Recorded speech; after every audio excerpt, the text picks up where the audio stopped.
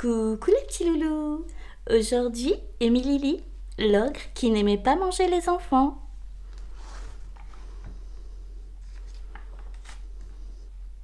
L'ogre qui n'aimait pas manger les enfants.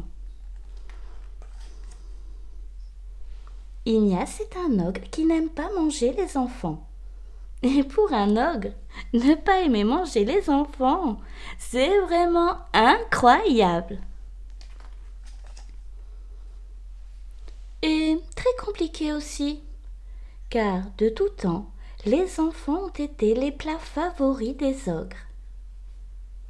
Depuis qu'il est tout petit, Ignace adore débusquer des proies. Ours, lynx, cerf, sanglier, buffle, aucune ne lui résiste. Aucune, sauf les enfants, qui hurlent dès qu'on les approche. Et impossible de supporter un son aussi aigu. Comme tous les ogres, Ignace est un grand cuisinier. Renard aux morilles, tartines grillées au pissenlit et cuisses d'écureuil, ragoût de blaireau.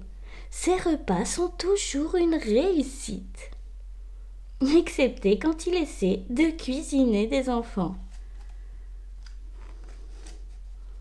Non seulement ces petits malins arrivent toujours à lui fausser compagnie, mais en plus, il lui pique sa nourriture. Ignace est le plus vorace de sa famille. Il peut dévorer un cerf entier à lui seul. Seulement, ensuite, il est incapable de courir. Et les enfants, ces chenapans, en profitent pour le narguer. Quel est le talent dont Ignace est le plus fier? Son flair infaillible, bien sûr. Aucune odeur de nourriture ne lui échappe. Du poulet rôti au curry et patates douces? Excellent ça! Et oh, un biberon de lait! S'émerveille Ignace. Ça fait si longtemps qu'il n'en a pas bu. Mais le bébé n'a pas du tout envie de partager son déjeuner. Quant à le dévorer, lui... Bougre d'encas aux olives, fulmine Ignace. Ses parents ont fait exprès de coller à son derrière un truc qui pue. Pour éviter tous ces ennuis, Ignace a bien essayé d'aller manger les enfants pendant leur sommeil. Mais il est resté coincé dans la cheminée. Alors, il est passé par la fenêtre. Mais ses garnements avaient tout prévu. Noël approche. Et comme à chaque Noël, Ignace et sa famille se préparent pour aller chasser. Évidemment, cette année, la communauté d'ogres a décidé de dévorer des enfants farcis au marron pour le réveillon. En fin de matinée, les parents d'Ignace en dénichent tout un troupeau. Un festin gargantuesque en perspective. Le père d'Ignace est réputé pour manier le gourdin comme personne. Quant à sa mère, elle est ultra douée pour capturer une proie au lasso. De leur côté, Ignace et son petit frère préparent leur piège. Voilà justement un enfant qui arrive. Mais... Par la cruauté réputée de nos ancêtres, s'agace le petit frère d'Ignace. Pourquoi ça ne marche pas? Pauvre Ignace. Émue, la petite fille l'aide à se relever. Tu n'as pas peur de moi? S'étonne Ignace à son contact. Bah non, tu sais, nous les enfants, on adore jouer à se faire peur. C'est pour ça qu'on vient t'embêter. Ignace regarde la fillette s'en aller, stupéfait. Décidément, les enfants sont bien trop rusés pour être attrapés. Mais la voilà, la solution. Ignace doit cesser de vouloir manger des enfants et ses problèmes seront réglés.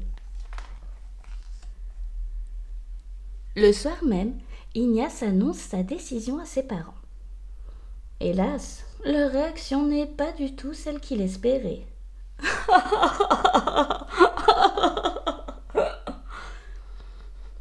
Puisque vous le prenez ainsi, se fâche-t-il, je pars vivre chez mamie. Comme elle n'a plus de dents, au moins elle ne peut pas manger d'enfants. C'est l'heure du dîner. La grand-mère d'Ignace sort de son cellier de quoi se régaler. Des tomates pour faire une bonne salade et, en dessert, des pommes cuites au four. « Mamie !» s'écrie Ignace écœuré. « Tes fruits et tes légumes sont pourris. Berk !»« Mais non !» rétorque-t-elle. « Ils sont juste bien mûrs. Goûte, c'est délicieux et facile à mâcher. » Pouah ! Finalement, aller vivre chez sa grand-mère n'était pas une bonne idée.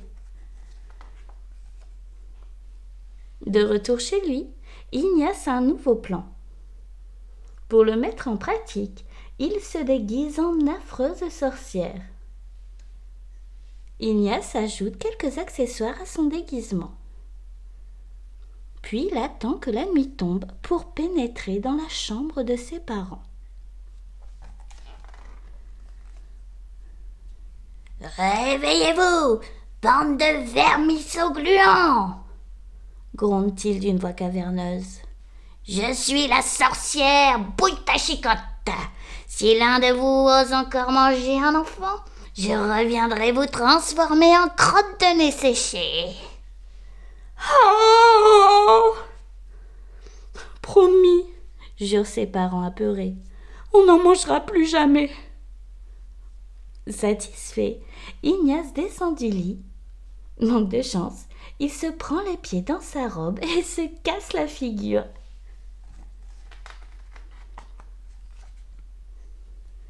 Je suis désolée, bredouille Ignace. J'aimerais juste que vous arrêtiez de vouloir manger des enfants. Mon Argounet chéri, lui rétorque sa mère, c'est une tradition de chasser les enfants. Que voudrais-tu qu'on fasse d'autre? Ignace a justement une autre idée, une super idée. Pendant des semaines, Ignace travaille jour et nuit. Il crée des passages secrets dans leur manoir, installe un toboggan sur le toit et agrémente le tout de toiles d'araignée géantes.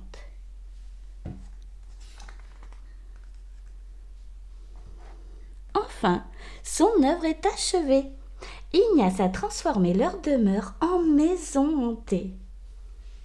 Dès le lendemain, les enfants accourent pour essayer cette nouvelle attraction et hurlent de peur pour leur plus grande joie et celle des parents d'Ignace. Quel bonheur de s'amuser à faire semblant de terrifier les enfants au lieu d'essayer de les manger. Désormais, Ignace est un ogre heureux. Enfin presque.